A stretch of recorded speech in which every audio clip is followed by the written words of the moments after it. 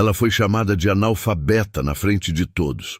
Pegou um caderno e desenhou por 2 minutos em silêncio. Quando viraram o papel, a sala inteira congelou. Aquela garçonete escondia um segredo que faria a mulher mais arrogante do lugar cair em lágrimas. Beatriz sentiu o líquido gelado escorrer pela lateral da taça de cristal no exato momento em que a voz ecoou pelo salão. Você ao menos sabe ler o rótulo dessa garrafa, querida? Ou é analfabeta como a maioria que trabalha aqui? O silêncio que se seguiu foi tão denso que até o som da música ambiente pareceu engolido. Todas as cabeças se viraram. Celulares levantaram discretamente. E Beatriz Mendes, com seus 28 anos de experiência em esconder quem realmente era, sentiu algo diferente naquela noite. Algo que não era vergonha. Era raiva, pura e controlada. O restaurante Imperador estava lotado como nunca.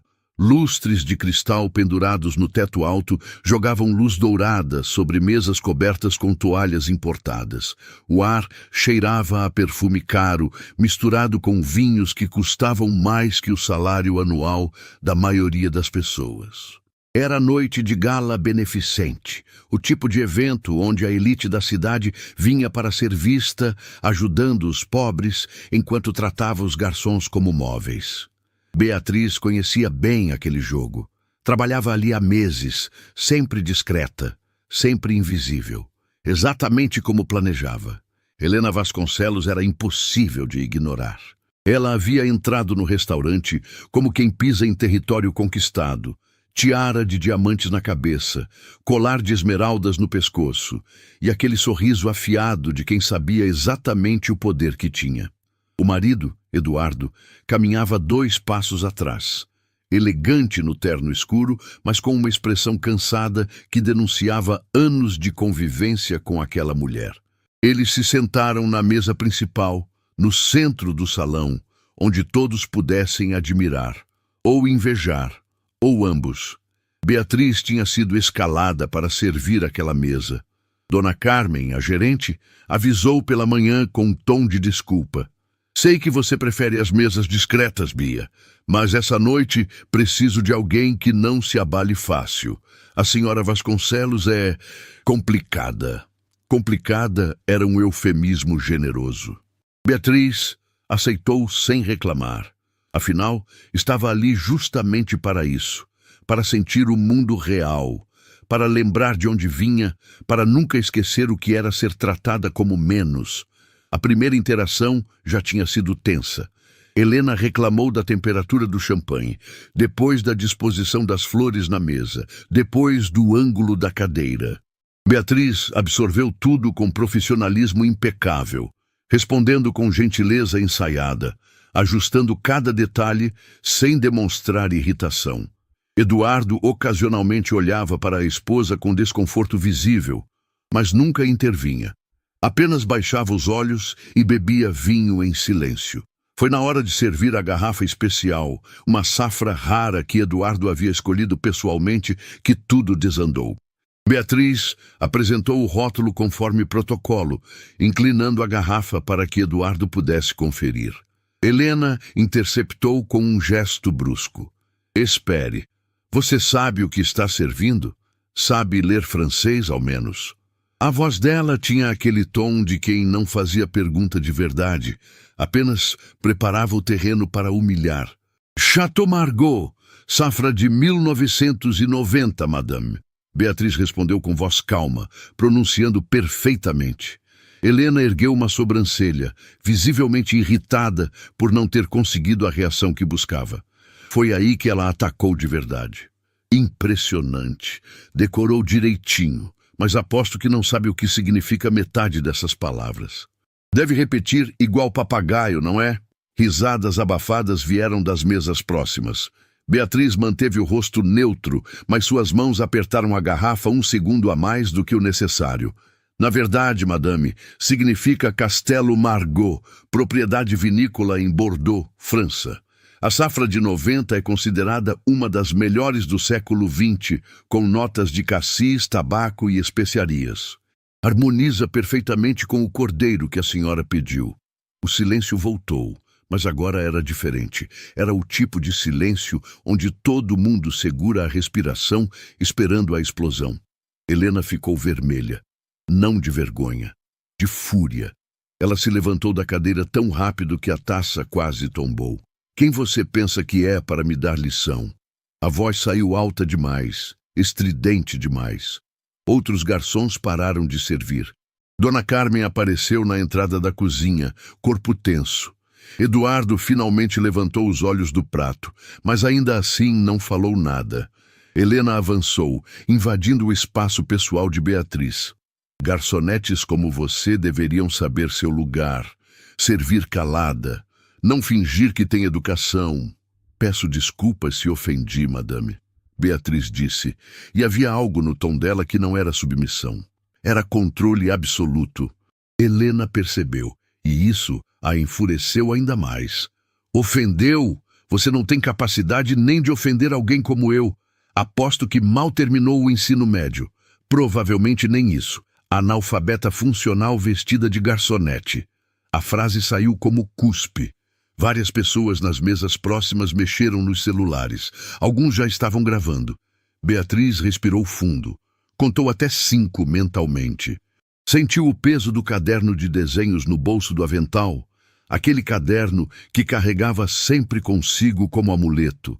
Aquele pedaço de papel que guardava quem ela realmente era. E então, pela primeira vez em meses de silêncio estratégico, ela decidiu que era a hora. A senhora tem razão em uma coisa, Beatriz disse, voz firme, mas sem agressividade. Eu deveria saber meu lugar. Ela puxou o caderno do avental, pegou um lápis grafite que estava preso na espiral. E meu lugar é aqui. Helena deu uma risada cruel. Ah, agora a analfabeta vai fazer o quê? Escrever uma cartinha? Mais risadas das mesas ao redor, mas essas já soavam nervosas, constrangidas. Beatriz puxou uma cadeira vazia da mesa ao lado, sentou-se com calma, abriu o caderno em uma página em branco. Vou desenhar, madame. Se me permite 2 minutos. A sala inteira pareceu sugar o ar de uma vez só.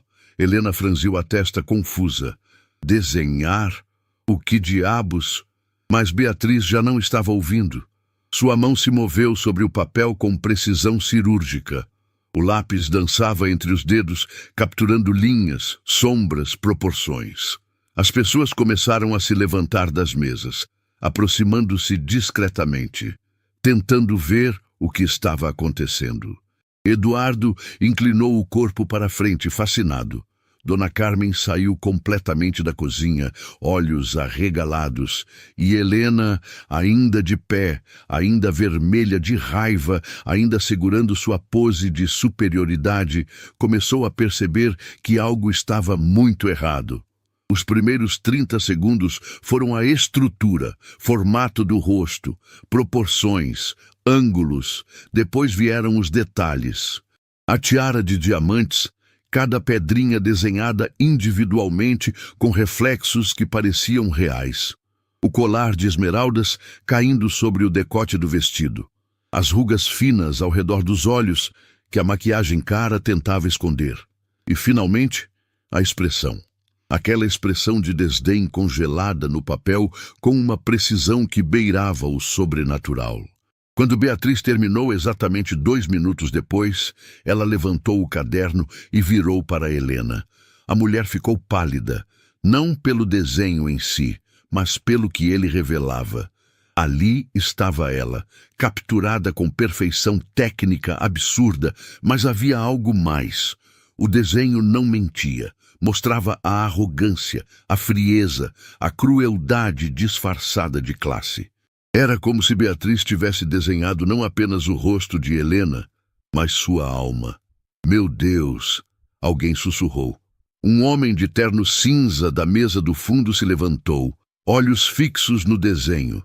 Ele era Vicente Almeida, dono de uma das maiores galerias de arte da cidade. E ele conhecia aquele traço, conhecia muito bem. Esse estilo não pode ser. Ele puxou o celular com mãos trêmulas, procurou imagens, comparou. Quando encontrou o que buscava, deixou o aparelho cair na mesa. B. Mendes! ele disse, voz tremendo. Você é a artista B. Mendes. O restaurante explodiu, não em som, mas em movimento. Todos se levantaram ao mesmo tempo. Celulares apontaram, câmeras dispararam, porque B. Mendes não era uma artista qualquer. Era a artista. Aquela que vendia quadros por milhões em leilões internacionais. Aquela que ninguém conhecia o rosto porque trabalhava sob pseudônimo absoluto. Aquela cujo último quadro foi arrematado por um colecionador árabe por uma quantia que daria para comprar o próprio restaurante Imperador 3 vezes. Beatriz se levantou, guardou o lápis, fechou o caderno. Olhou para Helena com aquele mesmo sorriso gentil que usava o tempo todo. Prazer, madame. Beatriz Mendes. E sim, eu sei ler, inclusive em francês, italiano, espanhol e alemão. Ela estendeu o desenho para Helena, que estava congelada, boca entreaberta, incapaz de processar o que acabava de acontecer. Pode ficar com o desenho, é de graça, diferente dos meus outros trabalhos. Helena pegou o papel com mãos tremendo. Eduardo estava de pé agora, olhando para Beatriz com uma mistura de admiração e descrença total. Dona Carmen tinha lágrimas escorrendo pelo rosto. E Vicente Almeida já estava discando para colecionadores, galeristas, jornalistas. A notícia ia explodir. A garçonete analfabeta era, na verdade, uma das artistas mais caras e misteriosas do mundo. Por quê? Eduardo finalmente encontrou a voz. Por que uma artista milionária trabalha como garçonete? Beatriz olhou para ele e, pela primeira vez naquela noite, permitiu que sua verdadeira expressão aparecesse. Não era raiva, não era vingança, era algo muito mais profundo. Porque precisava lembrar o que é ser humana de novo, Sr. Vasconcelos. E este lugar me ensinou exatamente isso. O restaurante virou um caos controlado em questão de segundos. Vicente Almeida não parava de ligar para contatos, voz acelerada, suor na testa. Sim, eu tenho certeza. Estou vendo com meus próprios olhos. B. Mendes está aqui em São Paulo trabalhando como garçonete. Do outro lado da linha, galeristas internacionais deviam estar tendo ataques cardíacos coletivos. Enquanto isso, outros clientes formavam um semicírculo ao redor de Beatriz, celulares erguidos, flashes disparando, perguntas sendo atiradas de todos os lados. E no centro daquele furacão, ela permanecia calma, quase serena, como se tivesse esperado por aquele momento a vida inteira. Helena continuava parada, segurando o desenho com mãos que tremiam visivelmente. O papel parecia pesar toneladas. Aquela caricatura não era apenas um retrato. Era um espelho cruel mostrando tudo que ela tentava esconder sob camadas de maquiagem cara e arrogância ensaiada. As rugas ao redor dos olhos, a tensão na mandíbula, a frieza no olhar. Tudo estava ali, exposto. Imortalizado em grafite por alguém que ela tinha chamado de analfabeta 2 minutos atrás. A ironia era tão brutal que doía fisicamente. Eduardo deu um passo à frente, afastando-se da mesa pela primeira vez desde que sentara. Seus olhos não saíam de Beatriz. Eu conheço seu trabalho, ele disse, voz baixa, mas firme o suficiente para cortar o barulho ao redor. Tenho 3 quadros seus. Comprei em leilão há alguns anos. Silêncio Urbano, Fragmentos de Memória e O Peso do Invisível. Beatriz virou o rosto para ele, surpresa genuína, atravessando sua expressão controlada. Esses quadros custaram mais de 15 milhões no total, Eduardo continuou. E agora descubro que a artista que os criou estava servindo vinho na minha mesa. 15 milhões de reais? A voz de Helena saiu estrangulada, fragmentada pelo choque. Ela olhou para o desenho na mão, depois para Beatriz, depois de volta para o papel. A matemática cruel começava a fazer sentido na cabeça dela. Aquela garçonete analfabeta provavelmente tinha mais dinheiro que ela e Eduardo juntos. A humilhação pública que Helena havia tentado infligir acabava de se virar contra ela com uma força devastadora. Dona Carmen finalmente conseguiu se mover. Ela atravessou o salão com passos rápidos, olhos arregalados, e parou na frente de Beatriz. Você é B. Mendes? A voz dela tremia. Por que nunca me contou? Por que trabalha aqui? Eu não entendo nada. Beatriz pegou a mão da gerente com gentileza. Porque precisava, Carmen. Precisava muito. E havia algo no jeito que ela disse aquilo. Uma vulnerabilidade escondida sob anos de controle, que fez a sala inteira silenciar novamente. Há alguns anos, Beatriz começou, voz firme mas carregada de emoção. Eu perdi a pessoa mais importante da minha vida. Minha mãe adotiva, Dona Clarice. Ela me criou sozinha depois que me adotou do orfanato. Me ensinou tudo. Me deu lápis e papel quando eu tinha 5 anos e disse que eu podia desenhar o mundo inteiro se quisesse. As palavras saíam devagar, medidas, cada uma carregando o peso de verdade vivida. Quando ela partiu, eu entrei em um buraco tão fundo que a arte perdeu completamente o sentido. Vicente Almeida baixou o celular. Outros clientes que estavam gravando pausaram os vídeos. Algo na atmosfera havia mudado. Não era mais frenesi de celebridade. Era outra coisa, mais íntima, mais humana. Beatriz continuou. Eu tinha dinheiro, tinha fama, mesmo que ninguém conhecesse meu rosto. Tinha galerias me implorando por novas obras. Mas quando sentava para desenhar, minha mão travava, porque tudo que eu criava vinha de um lugar que Dona Clarice tinha preenchido. E esse lugar estava vazio. Então você veio trabalhar aqui? Eduardo perguntou, genuinamente tentando entender. Beatriz assentiu. Não aqui especificamente. No começo, qualquer lugar. Trabalhei em cafeteria, em livraria, em floricultura, lugares onde eu pudesse observar pessoas reais, vivendo vidas reais. Não colecionadores ricos comprando arte como investimento, não galeristas calculando comissões, pessoas de verdade. Ela fez uma pausa, olhou ao redor do restaurante e quando seus olhos pousaram em Dona Carmen novamente, algo se suavizou. Mas eu vim para o imperador por um motivo muito específico. Logo depois que perdi minha mãe, eu entrei aqui uma noite. Estava destruída. Não tinha comido em dias, não tinha dormido. Só queria sentar em algum lugar com gente ao redor para não me sentir tão sozinha. A voz dela vacilou pela primeira vez. Eu não tinha dinheiro comigo. Tinha esquecido a carteira em casa. Pedi só um copo de água. Dona Carmen levou a mão à boca. Seus olhos se arregalaram como se uma memória antiga acabasse de ressurgir do fundo da mente. Não, ela sussurrou. Beatriz sorriu, e era um sorriso triste, carregado de saudade. Uma garçonete veio até minha mesa. Ela percebeu que eu estava mal. Não perguntou nada, só trouxe sopa, pão quente, chá, pagou tudo do próprio bolso. Sentou comigo por horas, me ouviu chorar, me ouviu falar da minha mãe. E quando eu finalmente consegui me levantar para ir embora, ela segurou minha mão e disse algo que nunca esqueci. A sala estava tão silenciosa que dava para ouvir a respiração coletiva. Ela disse, talento sem humanidade é técnica vazia. Se você quer criar algo que toque as pessoas de verdade, precisa primeiro sentir o mundo como ele é, viver simples, viver de verdade, sem máscaras. Beatriz olhou diretamente para Carmen. Aquela garçonete era sua irmã, Luciana. Dona Carmen desmoronou.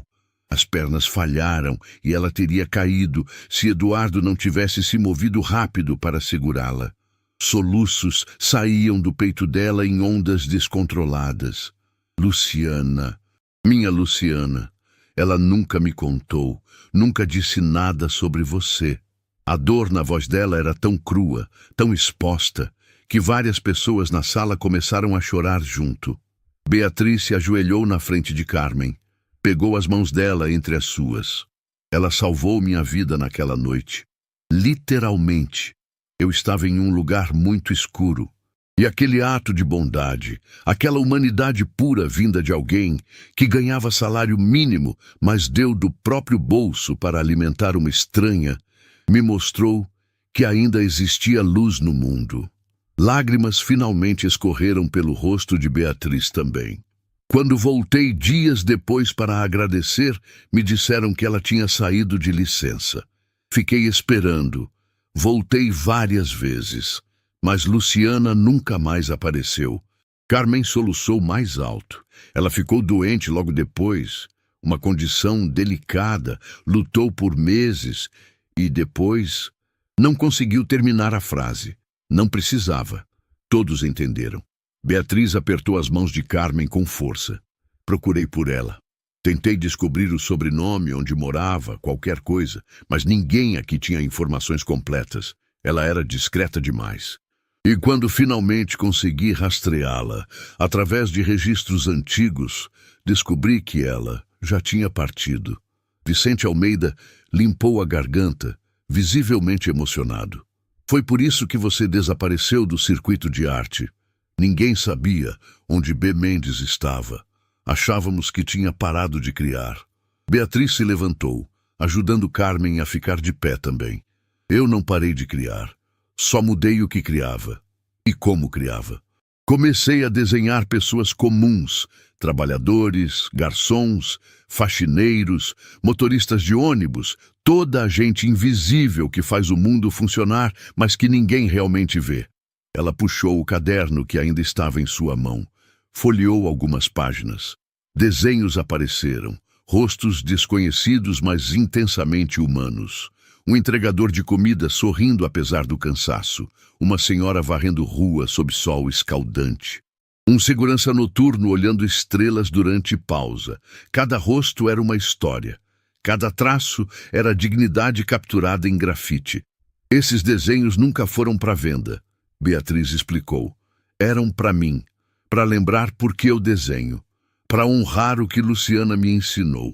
Eduardo pegou o caderno com permissão silenciosa de Beatriz, virou páginas devagar, absorvendo cada imagem. Isso é extraordinário, ele murmurou. Tecnicamente perfeito, mas tem vida, tem verdade. Ele parou em um desenho específico. Era um autorretrato de Beatriz vestida de garçonete, servindo mesa vazia. Mas no reflexo da janela atrás dela, aparecia outra mulher. Luciana, sorrindo. Você nunca a esqueceu. Jamais, Beatriz confirmou, voz embargada. E foi por isso que voltei para cá, não só para trabalhar, mas para estar perto do último lugar onde senti a bondade dela, para honrar a memória de alguém que me salvou sem nem saber quem eu era. Ela se virou para Carmen.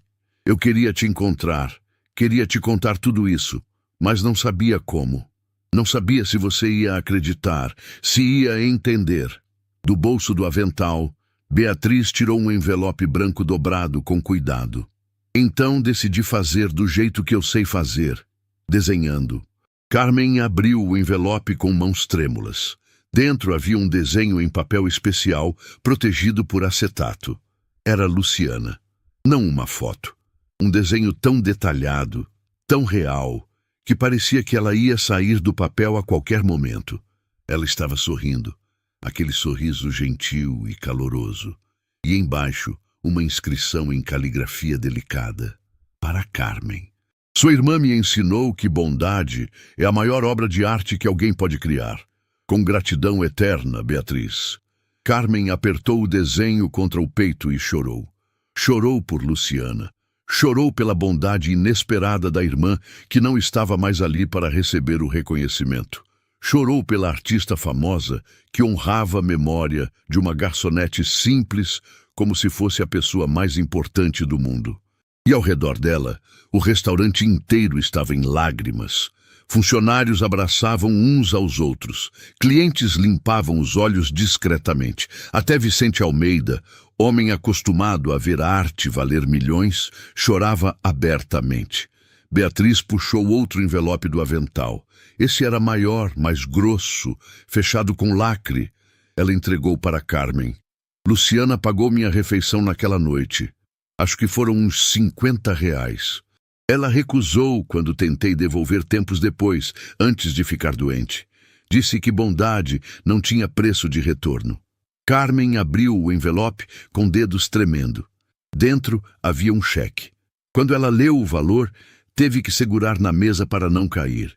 Isso não pode. R$ 50 com juros do coração, Beatriz disse suavemente. Calculei quanto aquela bondade vale para mim. Quanto aquele gesto mudou minha vida. Quanto cada desenho que fiz desde então deve à lição que sua irmã me deu. O cheque era de R$ 2 milhões. Use para o que quiser, Carmen. Mas se me permite sonhar junto, talvez você possa abrir uma fundação no nome de Luciana, para ajudar pessoas em momentos difíceis, para continuar a bondade que ela espalhou no mundo. O restaurante explodiu em aplausos espontâneos. Mas não era aplauso de celebridade ou fama. Era reconhecimento de algo raro e precioso, humanidade real em um mundo cheio de máscaras. Vicente Almeida aplaudia com lágrimas escorrendo. Eduardo olhava para Beatriz como se estivesse vendo verdadeira nobreza pela primeira vez na vida. Funcionários saíram da cozinha para aplaudir também. E no meio de tudo aquilo, Carmen abraçava Beatriz com força, sussurrando agradecimentos que se perdiam entre soluços. Foi quando o celular de Vicente tocou alto. Ele atendeu ainda emocionado, limpando os olhos. Alô? A voz do outro lado deve ter dito algo importante porque Vicente ficou pálido de repente. O quê? Tem certeza absoluta? Quando isso foi publicado? Ele desligou e olhou para Beatriz com expressão de quem acabou de receber notícia devastadora. Beatriz, o vídeo da humilhação já está nas redes sociais. Alguém transmitiu ao vivo. Tem mais de 3 milhões de visualizações em menos de 15 minutos. A sala congelou. Todos puxaram celulares simultaneamente. E lá estava. O vídeo de Helena chamando Beatriz de analfabeta. O momento do desenho sendo feito, a revelação da identidade de B. Mendes, hashtags explodindo, comentários em dezenas de idiomas, memes já sendo criados. A história tinha viralizado globalmente em tempo real. Meu Deus, alguém sussurrou, isso vai estar em todos os noticiários amanhã. Helena, que estava esquecida no canto durante toda a cena emocional, finalmente reagiu. Ela jogou a caricatura no chão com força. Isso é ridículo, absolutamente ridículo. A voz dela saiu estridente, desesperada. Todos se viraram para olhá-la. Vocês não veem? Ela armou isso, planejou tudo para me humilhar, para ganhar atenção. É golpe, manipulação barata. Os dedos dela apontavam acusatoriamente para Beatriz, tremendo de raiva ou medo, talvez ambos. Helena, pare! A voz de Eduardo era baixa, mas tinha um tom que ninguém ali tinha ouvido antes. Autoridade misturada com decepção profunda. Helena se virou para ele, esperando apoio, mas o que viu no rosto do marido a fez recuar um passo. Eduardo, você não pode acreditar nessa farsa. Ela é oportunista. Está usando uma história triste para... Chega! Eduardo se levantou completamente, afastando a cadeira. Ele pegou o celular do bolso, abriu algo e virou a tela para Helena. Era o vídeo viral. Ele apertou play. A voz de Helena ecoou do alto-falante. Você ao menos sabe ler o rótulo, querida? Ou é analfabeta como a maioria aqui? Eduardo pausou. 3,5 milhões de pessoas já viram você falando isso. Amanhã serão 30 milhões. Na semana que vem, o mundo inteiro vai saber exatamente quem você é. Helena ficou lívida. Ela olhou ao redor da sala, procurando por apoio, por alguém que concordasse com ela. Mas encontrou apenas olhares de desaprovação, pena ou desconforto. Até as amigas da alta sociedade, que estavam em outras mesas, desviavam os olhos quando Helena tentava fazer contato visual. A realidade começava a bater. A humilhação que ela tinha tentado infligir em Beatriz tinha se tornado sua própria destruição pública. Nós precisamos conversar, Eduardo disse, voz controlada, mas firme. Agora, lá fora, sobre quem você realmente é, sobre as mentiras que tenho engolido e sobre coisas que eu fingi não ver porque era mais fácil. Ele começou a andar em direção à saída. Helena ficou parada, corpo rígido, olhos arregalados. Eduardo, espera. Não podemos fazer isso aqui, na frente de... Você fez questão de fazer na frente de todos. Eduardo a cortou, virando-se para encará-la. Então agora vai aguentar as consequências na frente de todos. Ele saiu do restaurante sem olhar para trás. Helena ficou sozinha sob olhares de centenas de pessoas, celulares ainda gravando, julgamento silencioso pesando no ar. Ela pegou a bolsa com mãos tremendo, tentou manter postura ereta, mas todos viram.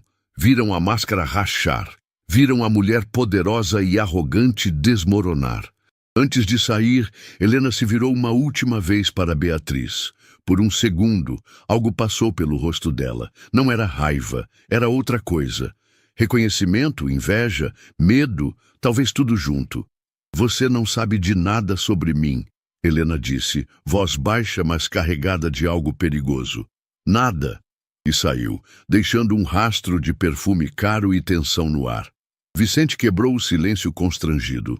Beatriz, você precisa saber de uma coisa. Ele mostrou o celular novamente. Além do vídeo viral, tem alguém nos comentários. Alguém que diz te conhecer.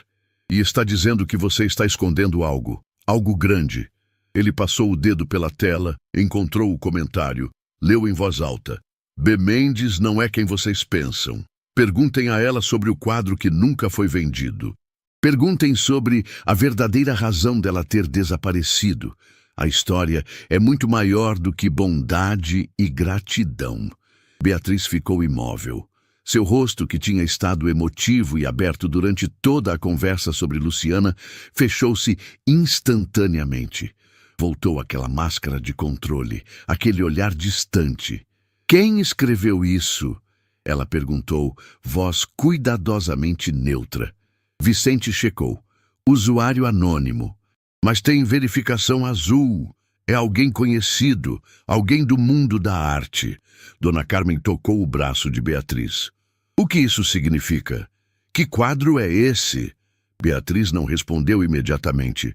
Ela olhou para a porta por onde Helena e Eduardo tinham saído. Depois olhou para o desenho de Luciana ainda nas mãos de Carmen e, finalmente, olhou para Vicente. Significa que meu passado me alcançou mais rápido do que eu esperava. Ela fechou o caderno de desenhos, guardou no avental. E que a história que contei hoje é só metade da verdade. A sala inteira prendeu a respiração. Vicente deu um passo à frente. Beatriz, o que você está dizendo? Ela sorriu, mas era um sorriso triste, carregado de peso, que ninguém ali conseguia entender completamente. Estou dizendo que vocês precisam se preparar. Porque se esse comentário veio de quem eu acho que veio, então amanhã o mundo inteiro vai descobrir o segredo que eu escondi por 3 anos. E quando isso acontecer, a história da garçonete humilde e talentosa vai parecer conto de fadas perto da verdade. E com essas palavras, Beatriz se virou e caminhou de volta para a cozinha, deixando uma sala cheia de pessoas chocadas, confusas e desesperadas por respostas que ela claramente não estava pronta para dar. A manhã seguinte explodiu nas telas do mundo inteiro. O vídeo da humilhação de Helena tinha ultrapassado 20 milhões de visualizações. Estava nos trending topics globais, sendo dissecado em programas de televisão, virando meme, virando símbolo. Mas não era só isso. O comentário misterioso sobre o quadro que nunca foi vendido tinha incendiado a internet. Teorias pipocavam a cada segundo, e todos queriam a mesma coisa: respostas. Beatriz acordou com o telefone explodindo, literalmente, tantas notificações que o aparelho estava quente na mão dela. Ela olhou a tela. 243 ligações perdidas, mais de 1000 mensagens não lidas, e-mails que não paravam de chegar, o mundo inteiro batendo na sua porta ao mesmo tempo. Ela desligou o celular, respirou fundo e foi até a cozinha fazer café como se fosse um dia normal. Porque precisava daquela ilusão de normalidade antes que tudo desmoronasse. A campainha tocou. Beatriz olhou pelo olho mágico. Vicente Almeida. E tinha alguém com ele. Uma mulher de uns 50 anos, elegante, mas não ostensiva, olhar inteligente e penetrante. Beatriz reconheceu na hora. Doutora Isabela Furtado, crítica de arte mais respeitada do país. A mulher que tinha escrito livros inteiros sobre B. Mendes sem nunca ter conhecido a artista pessoalmente. E agora estava ali, na porta. Beatriz abriu, não disse nada. Só se afastou para deixá-los entrar. Vicente entrou nervoso, quase tropeçando nas próprias palavras. Beatriz, eu sei que é cedo, eu sei que você deve estar sobrecarregada, mas precisamos conversar urgente sobre... Foi você quem escreveu o comentário. Beatriz cortou, olhando diretamente para Isabela. Não era pergunta, era constatação. Isabela não negou. Entrou na sala, olhou ao redor do apartamento simples, e algo naquele olhar era aprovação. Ou talvez compreensão. Fui eu, e não peço desculpas.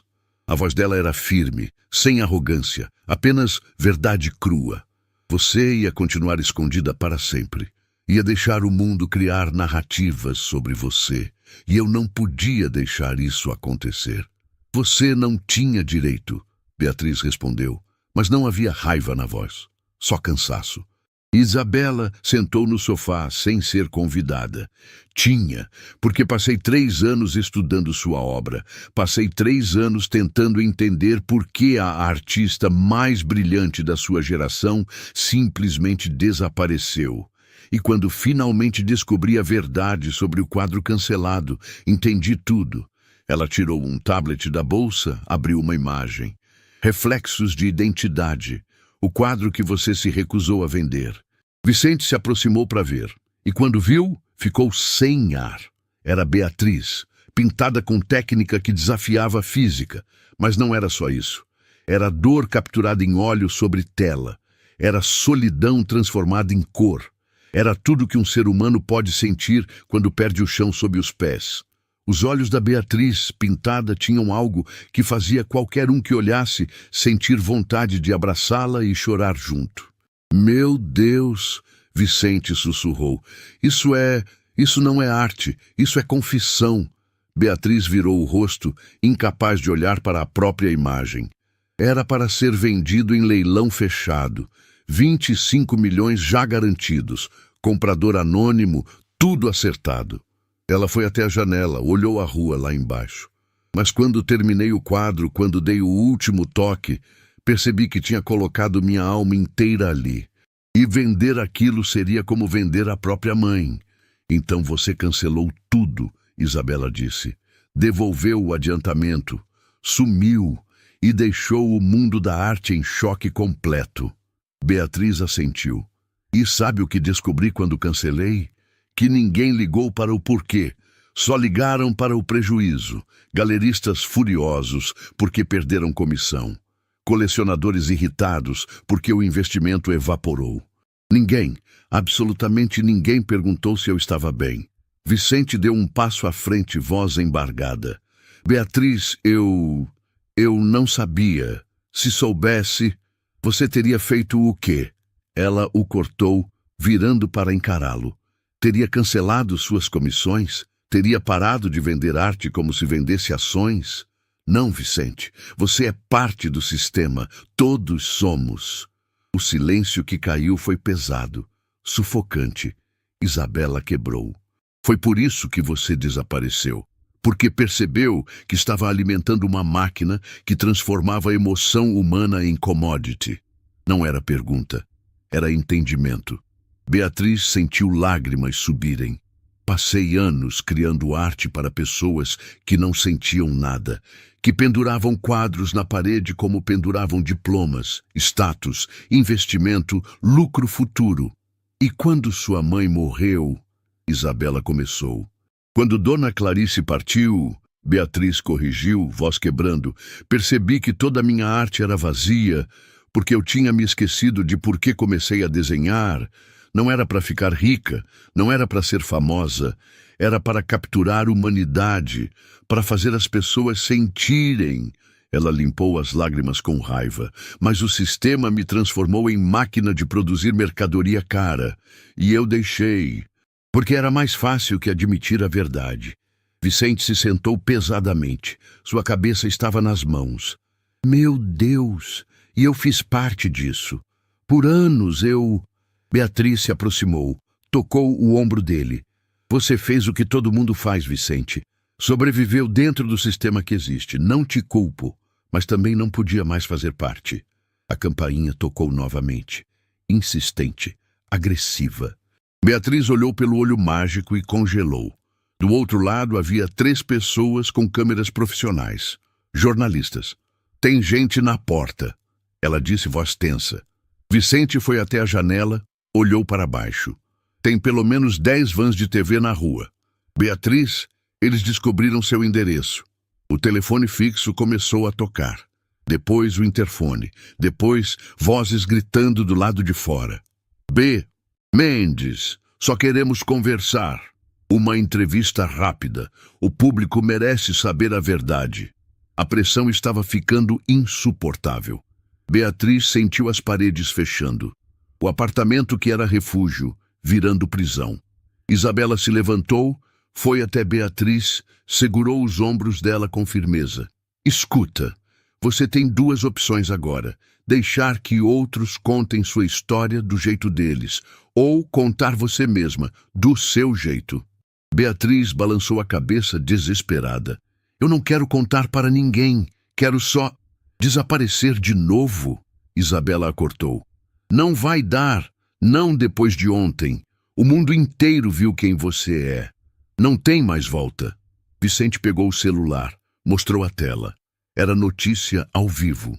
Beatriz, eles estão dizendo que você teve um colapso mental, que é por isso que desapareceu. Tem psicólogo na TV especulando sobre sua saúde. Tem gente dizendo que você precisa de ajuda profissional. Beatriz leu as manchetes e sentiu náusea.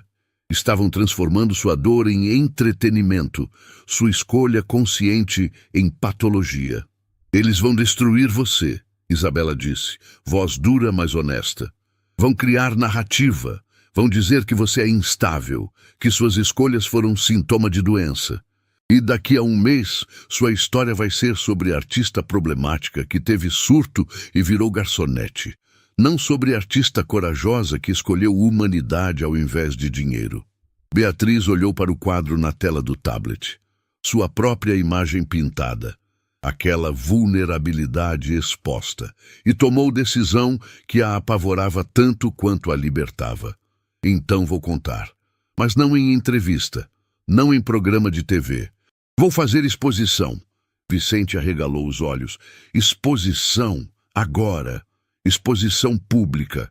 Beatriz confirmou, voz ganhando força. Uma única noite, esse quadro exposto. E todos os desenhos que fiz nos últimos anos. Entrada gratuita, sem colecionadores, sem leilão, sem nada. Só pessoas comuns vendo arte de verdade. Isabela sorriu. Não era sorriso de vitória. Era de respeito. Você vai quebrar todas as regras do mercado de arte. Exatamente, Beatriz respondeu. Porque as regras estão erradas. Arte não é para ser trancada em cofre esperando valorizar. Arte é para ser sentida, para conectar gente, para lembrar que todos somos humanos quebrados, tentando encontrar beleza no caos. Vicente já estava no telefone mobilizando contatos. Isabela começou a fazer lista de jornalistas sérios. E Beatriz foi até o quarto, abriu o armário, puxou algo embrulhado em pano branco. Era o quadro. Reflexos de identidade. Guardado ali por anos, esperando. Ela tirou o pano devagar. E pela primeira vez em muito tempo, conseguiu olhar para a própria imagem pintada sem sentir dor paralisante. Sentiu algo diferente. Coragem. Do lado de fora, jornalistas gritavam, câmeras esperavam, o mundo queria respostas. E Beatriz ia dar, mas do jeito dela, não em entrevista editada, não em manchete sensacionalista, em arte, crua, honesta e impossível de ignorar. Ela voltou para a sala segurando o quadro. Vicente e Isabela pararam o que estavam fazendo. Ficaram em silêncio absoluto olhando para aquela obra. Quando pode ser a exposição? Beatriz perguntou. Vicente checou o celular. Consigo galeria municipal para depois de amanhã à noite. Vou precisar de milagre logístico, mas... Faça acontecer, Beatriz disse com determinação que não sentia há anos. E Vicente, quero que você convide alguém específico. Quem? Helena Vasconcelos. O nome caiu como bomba. Vicente quase deixou o celular cair. Você não pode estar falando sério. Depois do que ela fez, depois da humilhação... Beatriz olhou para o quadro nas próprias mãos, para a dor pintada ali. Exatamente por isso, porque ela precisa entender algo, que dor não justifica crueldade, mas explica muito dela, e reconhecer isso é o primeiro passo para mudar. Isabela observava Beatriz com expressão impossível de decifrar. Você realmente acredita que ela pode mudar? Beatriz deu de ombros. Não sei, mas acredito que todo mundo merece chance de tentar, mesmo quem não merece. Ela colocou o quadro sobre a mesa. E se minha história pode ajudar uma pessoa a escolher diferente, a transformar dor em algo que não machuca outros, então vale a pena expor minha alma na parede. Vicente respirou fundo. Você tem ideia do que está fazendo? Isso vai ser o maior evento artístico em décadas. Vai quebrar a internet de novo. Vai mudar completamente como pessoas veem arte. Beatriz sorriu, mas era sorriso cansado, de quem carrega peso há tempo demais. Eu sei, e pela primeira vez em anos, estou fazendo arte pelo motivo certo. Não para vender, para curar. Começando por mim mesma. Lá fora, o caos continuava. Mas dentro daquele apartamento pequeno, algo tinha mudado. Beatriz tinha encontrado coragem que pensava ter perdido. E nos próximos 2 dias, o mundo ia descobrir que a garçonete humilde escondia não só talento, escondia verdade que a indústria da arte tentava enterrar há décadas. Que arte sem alma é só decoração cara. E que humanidade vale infinitamente mais que qualquer número em leilão. Enquanto Beatriz planejava sua exposição do outro lado da cidade, Helena Vasconcelos enfrentava o colapso total de sua vida cuidadosamente construída. O apartamento luxuoso que compartilhava com Eduardo parecia uma prisão. Ela não saía há 2 dias, não por escolha, mas por medo. Medo das câmeras que acampavam na porta do prédio, medo dos comentários que inundavam suas redes sociais. Medo de encarar o mundo que agora havia exatamente como ela era. O celular não parava de tocar, mas nunca eram ligações que ela queria atender. Sua assessora de imprensa pediu demissão por mensagem. 3 marcas de luxo que a patrocinavam cancelaram contratos citando incompatibilidade de valores. O clube social onde era sócia vitalícia enviou carta formal, sugerindo que se afastasse temporariamente. E as amigas da alta sociedade, aquelas que riam de suas piadas cruéis e aplaudiam sua arrogância, simplesmente desapareceram. Ninguém atendia suas ligações. Ninguém respondia mensagens. Eduardo estava trancado no escritório há horas. Helena podia ouvi-lo falando ao telefone, voz controlada, mas tensa. Ele estava fazendo controle de danos empresariais. A empresa da família Vasconcelos tinha perdido 2 contratos importantes, porque investidores não queriam associação com a mulher que humilhou Garçonete. A ironia era brutal. Helena, que sempre se orgulhou de ser esposa de empresário poderoso, agora era o peso que puxava o marido para baixo. Ela caminhou até o espelho do quarto. A mulher que olhava de volta estava diferente. Olheiras profundas, cabelo despenteado, rosto sem maquiagem, mostrando todas as rugas que produtos caros tentavam esconder. E nos olhos, algo que Helena não via há muito tempo, medo real. Não medo performático de perder status, medo genuíno de que tudo que ela tinha construído fosse desmoronar, porque estava desmoronando, na frente do mundo inteiro. O notebook estava aberto na cama, ainda mostrando a enxurrada de notícias. Helena forçou-se a ler.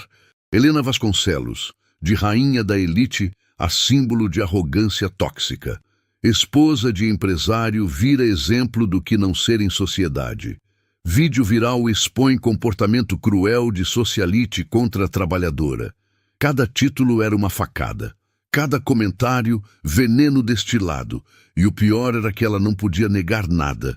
Estava tudo gravado. Sua voz, suas palavras, sua crueldade exposta em alta definição. A porta do escritório se abriu. Eduardo saiu, parou no corredor, olhou para Helena com expressão que ela nunca tinha visto antes. Não era raiva, era decepção. Pior que raiva.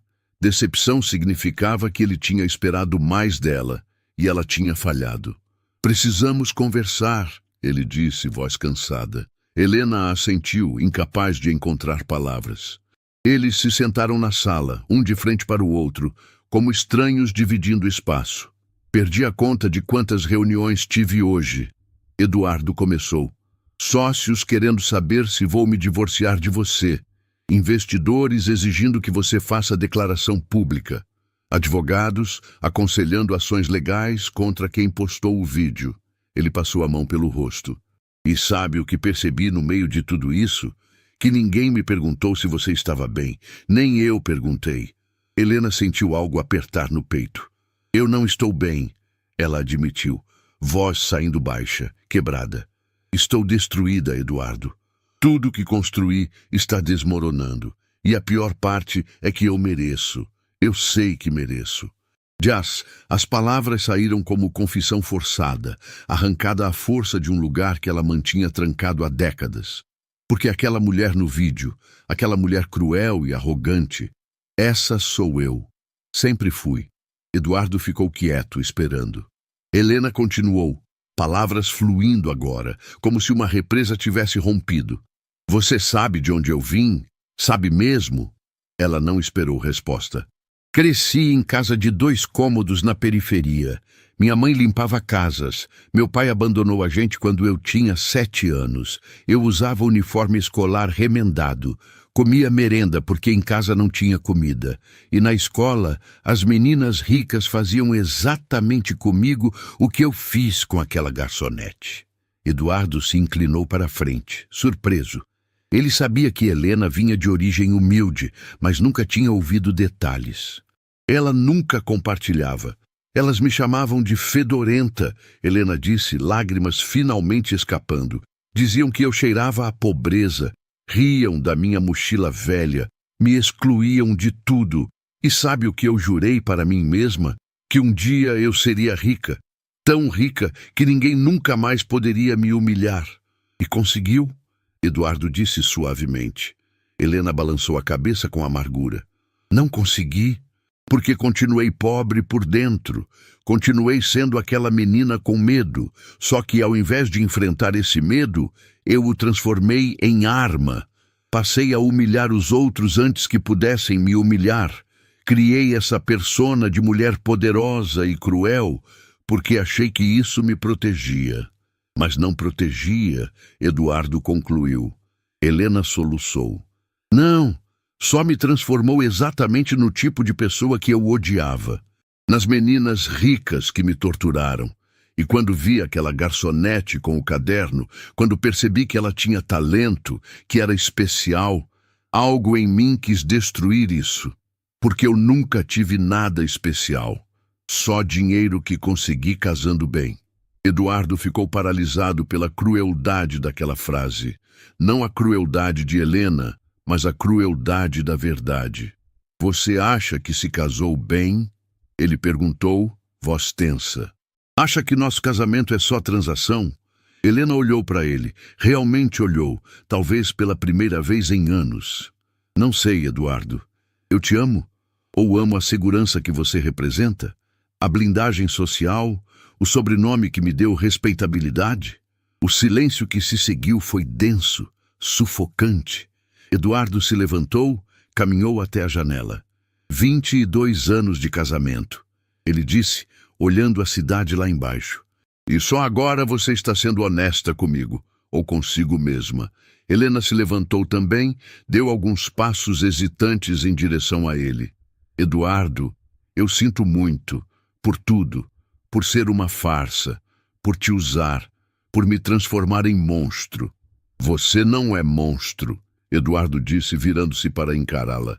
Você é humana, assustada, machucada, cheia de traumas que nunca tratou. Mas isso não justifica o que fez com Beatriz, com tantas outras pessoas ao longo dos anos. Helena assentiu, aceitando. Eu sei, e não estou pedindo justificativa.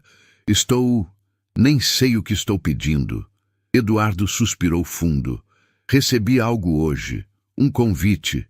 Ele puxou um envelope do bolso. De Beatriz. Ela vai fazer uma exposição pública, vai contar a história dela e especificamente pediu que você estivesse lá. Helena arregalou os olhos. O quê? Por quê? Ela quer me humilhar mais? Eduardo balançou a cabeça. Não, a mensagem dela disse que quer que você entenda algo sobre dor, sobre transformação, sobre como pessoas quebradas podem escolher caminhos diferentes. Helena pegou o convite com mãos tremendo. Era simples, elegante, sem pompa. Exposição pública, reflexos de identidade. Uma noite, uma verdade. Entrada gratuita. Embaixo, escrito à mão em caligrafia delicada: Helena, sua presença é importante, não para você ser julgada, mas para você entender que todos carregamos dor. A diferença está no que fazemos com ela. Beatriz. Ela está me convidando depois do que fiz? Helena sussurrou, incrédula. Eduardo deu de ombros. Ela está te dando algo que você nunca deu a ninguém. Uma segunda chance. Helena olhou para o convite, depois para o marido, depois para o próprio reflexo na janela. Pela primeira vez em décadas, viu a si mesma com clareza brutal e não gostou. Eu vou, ela disse, voz firme pela primeira vez em dias. Vou porque preciso entender como alguém que foi humilhada publicamente consegue oferecer bondade para quem a humilhou. Preciso saber se ainda existe redenção para alguém como eu. Eduardo colocou a mão no ombro dela, gesto gentil, mas distante. Redenção sempre existe, Helena, mas você precisa querer de verdade, não porque o mundo está te cancelando, mas porque você quer ser pessoa melhor.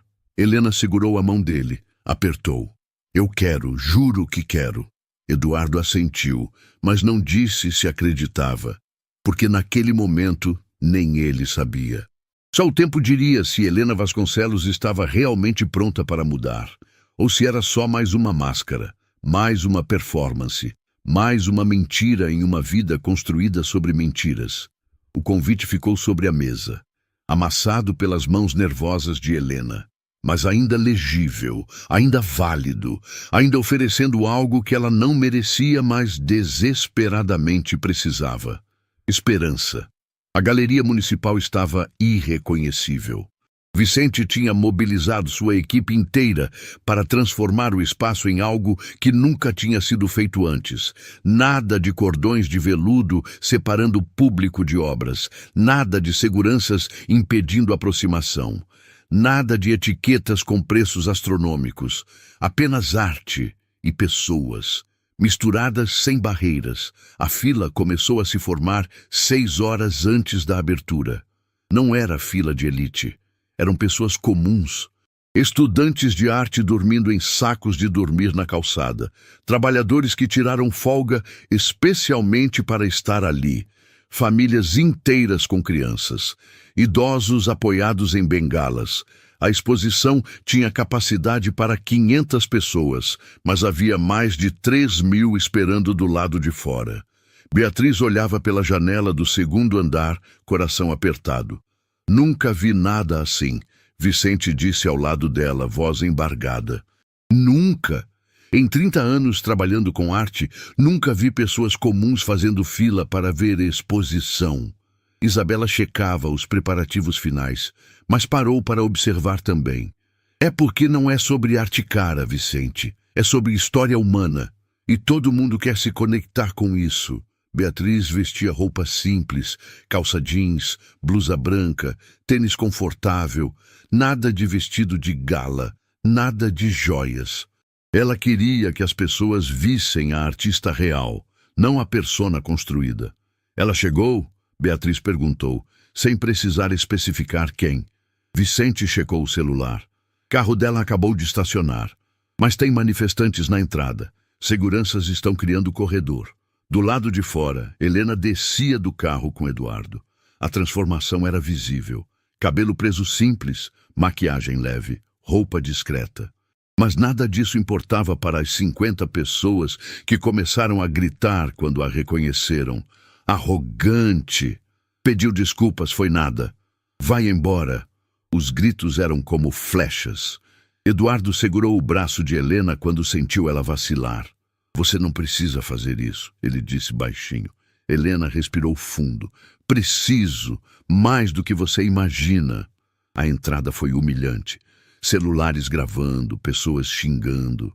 Algumas até cuspindo no chão quando ela passava. Helena manteve a cabeça baixa, não revidou, não respondeu. Apenas caminhou. E cada passo parecia custar um pedaço de sua dignidade já destroçada. Quando finalmente entraram na galeria, ela estava tremendo. Eduardo a guiou para um canto mais reservado. Respira, só respira. Beatriz desceu as escadas no momento exato em que as portas se abriram oficialmente.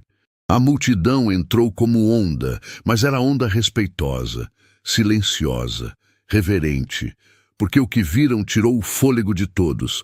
As paredes estavam cobertas de desenhos, centenas deles, todos os rostos que Beatriz tinha capturado nos últimos anos. Trabalhadores invisíveis agora imortalizados em grafite. E no centro da sala principal, iluminado por luz suave e sozinho, estava o quadro. Reflexos de identidade. As pessoas se aproximaram devagar. Alguns começaram a chorar antes mesmo de chegar perto, porque o que viam não era técnica perfeita, era dor humana transformada em cor, era vulnerabilidade sem filtro, era tudo que a sociedade ensina a esconder, exposto com coragem absoluta. Uma senhora idosa tocou o vidro protetor com dedos tremendo. Meu Deus, ela sussurrou. Essa moça colocou a alma aqui. Beatriz subiu em pequeno palco improvisado. Microfone simples na mão. A sala silenciou instantaneamente. 500 pessoas esperando. Milhares assistindo transmissão ao vivo pelo celular. E Beatriz, respirando fundo, começou a falar. Obrigada por virem. Obrigada por darem a esta exposição algo que a arte perdeu faz tempo. Presença real. Conexão humana. Ela contou tudo. Sobre Dona Clarice, que a adotou e ensinou que amor não tem preço. Sobre Luciana, que salvou sua vida com R$ 50 e palavras certas no momento certo. Sobre o leilão cancelado porque percebeu que estava vendendo pedaços de si mesma. Sobre os anos trabalhando invisível porque precisava sentir o mundo de verdade. E sobre o quadro central, aquele autorretrato que guardava cada grama de dor que ela carregava. Arte virou investimento. Beatriz disse, voz firme, mas emocionada. Pessoas compram quadros esperando que valorizem, penduram nas paredes como pendurariam ações na bolsa, e artistas como eu viraram máquinas de produzir mercadoria. Eu fui cúmplice disso, alimentei esse sistema, até que não consegui mais. Lágrimas escorriam abertamente pelo rosto dela. Este quadro vale 25 milhões, segundo avaliadores. Mas para mim, ele não tem preço, porque não é objeto, é confissão, é tudo que sou quando tiro as máscaras. A sala estava em silêncio absoluto. Até as crianças pareciam entender a gravidade daquele momento. Beatriz localizou Helena no fundo. Tem alguém aqui hoje que o mundo inteiro está julgando, alguém que me humilhou publicamente, alguém que representa tudo de tóxico que nossa sociedade produz. Helena encolheu querendo desaparecer. Eduardo segurou sua mão. Mas eu convidei essa pessoa porque precisava que ela entendesse algo importante. Beatriz desceu do palco, caminhou entre a multidão que se abria como mar. Parou na frente de Helena. Estendeu a mão. Helena olhou para aquela mão como se fosse armadilha. Precisava que você entendesse que dor não justifica crueldade, mas explica muito dela. E que reconhecer isso é o primeiro passo para mudar. Helena pegou a mão de Beatriz com dedos tremendo. Eu não mereço sua bondade, ela sussurrou. Não merece. Beatriz concordou. Mas eu não estou oferecendo porque você merece. Estou oferecendo porque escolho ser diferente do que me machucou. A sala explodiu em aplausos espontâneos, mas Beatriz ergueu a mão, pedindo silêncio. Tem mais uma coisa. Ela guiou Helena até o quadro central. Olha bem para isso. Olha para a dor exposta aqui. É parecida com a sua? Helena olhou. Realmente olhou. E viu. Viu solidão. Viu medo. Viu a mesma ferida que carregava, só que traduzida em pinceladas ao invés de crueldade. Helena respondeu, voz quebrada. É muito parecida. Beatriz assentiu. A diferença é que eu escolhi transformar minha dor em arte que conecta. Você escolheu transformar a sua em arma que fere. Mas escolhas podem mudar, se você quiser de verdade. Helena desmoronou. Ali mesmo, na frente de 500 pessoas e milhares online, ela caiu de joelhos e chorou. Chorou décadas de dor engolida. Chorou anos de máscaras pesadas. Chorou a menina pobre que nunca curou. Eduardo se ajoelhou ao lado dela. Beatriz também. E ao redor, a sala inteira testemunhava algo raro. Redenção real. Não performática, não calculada, mas sangrada de um lugar profundo onde orgulho finalmente cedia para a verdade. Me ajuda, Helena implorou para Beatriz. Não sei como ser diferente, não sei como consertar o que quebrei, mas quero tentar. Beatriz limpou as próprias lágrimas. Começa pedindo desculpas, de verdade, para cada pessoa que machucou. Começa reconhecendo o estrago. E depois constrói diferente. Um dia de cada vez, uma escolha de cada vez. Helena assentiu soluçando. Vou fazer. Prometo que vou fazer. Vicente observava tudo de longe, câmeras capturando cada segundo.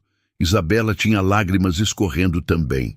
E nas redes sociais, o vídeo ao vivo já tinha ultrapassado 5 milhões de visualizações. Comentários explodindo. Alguns ainda cheios de raiva. Mas muitos mesmo dizendo a mesma coisa. Isso é humanidade real. Isso é o que o mundo precisa. Chorei vendo isso. A noite continuou com pessoas se aproximando de Beatriz, compartilhando histórias próprias. Trabalhadores que se reconheceram nos desenhos, jovens artistas, dizendo que ela salvou a fé deles na arte. E no canto, Helena sentada em silêncio, observando tudo, tentando absorver lição que chegou tarde demais. Ou talvez, no tempo certo, apenas doloroso. 3 semanas tinham se passado desde a noite da exposição. O vídeo de Helena ajoelhada pedindo ajuda tinha ultrapassado 50 milhões de visualizações. Virou estudo de caso em universidades sobre redenção pública. Virou tema de debate em programas de TV. Virou símbolo de que pessoas podiam mudar. Mas a pergunta que ninguém conseguia responder era simples. Será que Helena Vasconcelos estava realmente mudando? Ou era só mais uma performance? A resposta começou a aparecer em lugares inesperados. Dona Carmen estava na cozinha do restaurante Imperador quando recebeu a ligação. Número desconhecido. Ela quase não atendeu, mas algo a fez apertar o botão verde. Alô? A voz do outro lado era hesitante, quase tímida. Dona Carmen, é Helena. Helena Vasconcelos. Por favor, não desligue. Carmen congelou. A mão apertou o telefone com força. O que você quer? A pergunta saiu mais dura do que ela pretendia. Helena respirou fundo do outro lado da linha. Preciso falar com você. Pessoalmente, sobre sua irmã, sobre Luciana. Carmen sentiu o coração disparar. Minha irmã? Você nem conheceu minha irmã. Eu sei, Helena disse, voz embargada, mas preciso te contar uma coisa. Algo que descobri. Algo que vai mudar tudo. 2 horas depois, elas se encontraram em cafeteria discreta, longe dos holofotes. Helena chegou sem maquiagem pesada, sem joias chamativas, sem o escudo de arrogância que usava como armadura. Carmen mal a reconheceu. Obrigada por vir, Helena disse, mãos tremendo ao redor da xícara de café. Eu não merecia que você aceitasse. Não merecia mesmo, Carmen concordou sem suavizar. Então por que estou aqui? Helena puxou o envelope amarelado da bolsa. Estava velho, gasto nas bordas. Porque encontrei isso nos arquivos antigos da instituição onde cresci, o orfanato Santa Clara. Ela empurrou o envelope pela mesa. E quando vi o nome, quase desmaiei. Carmen abriu com dedos trêmulos. Dentro havia ficha de registro antigo. Nome da criança, Helena Rodrigues. Data de nascimento. E embaixo, nome da voluntária que mais cuidava dela, Luciana Santos, a mesma Luciana, a irmã de Carmen. Não, Carmen sussurrou, olhos enchendo de lágrimas. Não é possível. É, Helena confirmou chorando também. Sua irmã cuidou de mim quando eu tinha 4 anos. Por quase 2 anos, ela foi a única pessoa que me tratou com carinho naquele lugar.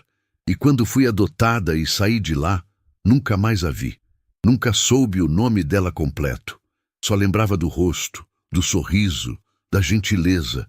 Carmen não conseguia processar. Sua irmã, a mesma irmã que salvou Beatriz décadas depois. A mesma irmã bondosa que espalhava luz onde ia. Tinha cuidado de Helena, da mulher que se tornaria símbolo de arrogância e crueldade. Ela te amava? Carmen perguntou, voz quebrando. Helena assentiu, soluços escapando. Me amava. Era a única que me abraçava quando eu chorava. A única que dizia que eu era especial. A única que me fazia sentir vista. Então por que você virou? Carmen não conseguiu terminar a frase. Helena limpou o rosto com as costas da mão. Porque depois que saí do orfanato, fui para a família que me adotou só por aparência, por status. Eles queriam um projeto de caridade para ostentar. E me ensinaram que bondade é fraqueza, que gentileza é para tolos. Passei anos desaprendendo tudo que Luciana me ensinou. O silêncio que caiu foi pesado de décadas de escolhas erradas. Quando vi Beatriz contando a história sobre sua irmã na exposição, Helena continuou. Algo dentro de mim quebrou, porque percebi que Luciana passou a vida salvando pessoas quebradas. Beatriz, eu, provavelmente dezenas de outras. E eu joguei fora tudo que ela me deu. Transformei amor que recebi em veneno que espalhei. Carmen pegou a ficha antiga. Passou o dedo sobre o nome da irmã escrito à mão. Luciana sempre dizia que bondade plantada nunca morre completamente, que fica adormecida, esperando o momento certo para brotar de novo. Ela olhou para Helena com olhos cheios de lágrimas, mas também de algo parecido com esperança. Talvez seja isso que está acontecendo com você agora. Helena balançou a cabeça desesperada. Não sei se é real, Carmen. Não sei se estou mudando de verdade ou se é só culpa e vergonha me forçando a performar pessoa melhor. Como eu sei a diferença? Carmen ficou quieta por longo momento. Quando falou, a voz estava firme. Não sabe. Ninguém sabe quando mudança é real, até que seja testada de verdade. Até que você esteja sozinha, sem câmeras, sem plateia e ainda assim escolha diferente. Então me teste, Helena disse, pegando a mão de Carmen com urgência. Por favor, me dê chance de provar, de honrar memória de Luciana fazendo o que ela faria. Carmen olhou para aquela mulher quebrada à sua frente, a mesma que semanas atrás era intocável em sua arrogância, e tomou decisão que Luciana teria tomado. Está bem, vou te dar chance, mas não vai ser fácil. Ela puxou papel e caneta da bolsa e escreveu o endereço. Esse é abrigo para pessoas em situação vulnerável. Funciona com doações e trabalho voluntário. Sua irmã trabalhou lá por anos antes de ficar doente. Helena pegou o papel, leu o endereço. Você quer que eu doe dinheiro? Não, Carmen cortou. Quero que você trabalhe lá 2 vezes por semana, servindo comida, limpando banheiros, ouvindo histórias de gente que a sociedade tornou invisível, sem fotos, sem publicidade, sem ninguém sabendo quem você é. Helena ficou pálida. Era teste cruel porque era teste real. Não tinha plateia, não tinha likes, não tinha validação pública. Era só ela e as consequências das próprias escolhas. E se eu aceitar? Ela perguntou, voz pequena. Carmen se levantou, pegou a bolsa. Aí a gente conversa de novo daqui a 3 meses e vê se sua mudança sobreviveu quando ninguém estava assistindo. Enquanto isso, do outro lado da cidade, Beatriz estava em reunião que mudaria tudo. Vicente tinha reunido grupo pequeno, mas poderoso. Advogados, contadores, Isabela e representante de família que Beatriz nunca imaginou conhecer. Dona Clarice deixou testamento. O advogado explicou. E uma cláusula específica dizia que se você algum dia criasse fundação para apoiar artistas, parte da herança dela seria destinada a isso. Beatriz sentiu lágrimas subirem. Sua mãe, mesmo depois de partir, mesmo sem estar ali, ainda cuidando, ainda acreditando. Quanto? Ela perguntou, voz embargada. O advogado deslizou o papel pela mesa. Quando Beatriz viu o número, teve que segurar na cadeira. Isso não pode estar certo. Está, o advogado confirmou. Dona Clarice economizou a vida inteira, investiu com sabedoria e deixou tudo para você fazer diferença no mundo. Vicente se inclinou para a frente. Com esse valor mais o que você já tem, mais as doações que estão chegando desde a exposição, você pode criar fundação que muda a vida de centenas de artistas. Isabela complementou. Podemos dar bolsas, criar espaços de trabalho, oferecer terapia, fazer tudo que o sistema nunca fez, apoiar arte como expressão humana, não como commodity. Beatriz olhou para o número de novo. Depois olhou para o retrato pequeno de Dona Clarice que carregava na carteira e tomou decisão que sabia estar certa. Quero que a fundação se chame Luciana Clarice, em homenagem às 2 mulheres que me ensinaram que bondade é a maior forma de arte. A sala inteira ficou em silêncio emocionado. E quero que o primeiro projeto seja treinar jovens de comunidades vulneráveis. Ensinar arte não como profissão, mas como cura. 3 meses se passaram em velocidade impossível. A Fundação Luciana Clarice abriu portas com um evento que lotou o quarteirão inteiro. Beatriz deu aulas pessoalmente. Vicente renunciou comissões e passou a trabalhar sem lucro pessoal. Isabela escreveu livros sobre revolução que estava acontecendo no mundo da arte. E Helena? Helena continuou trabalhando no abrigo, sem câmeras, sem reconhecimento. Só ela e escolhas silenciosas que ninguém via. Até o dia que Carmen apareceu no abrigo sem avisar. Observou Helena de longe. Viu ela servindo sopa com paciência. Viu ela conversando com senhora idosa sobre netos. Viu ela limpando o chão sem reclamar. E quando Helena finalmente percebeu que estava sendo observada, não tentou performar. Só continuou trabalhando. No final do turno, Carmen se aproximou. 3 meses, ela disse. Helena assentiu, cansada, mas com paz nos olhos que não existia antes. Você passou no teste. Carmen continuou, voz embargada. Minha irmã estaria orgulhosa.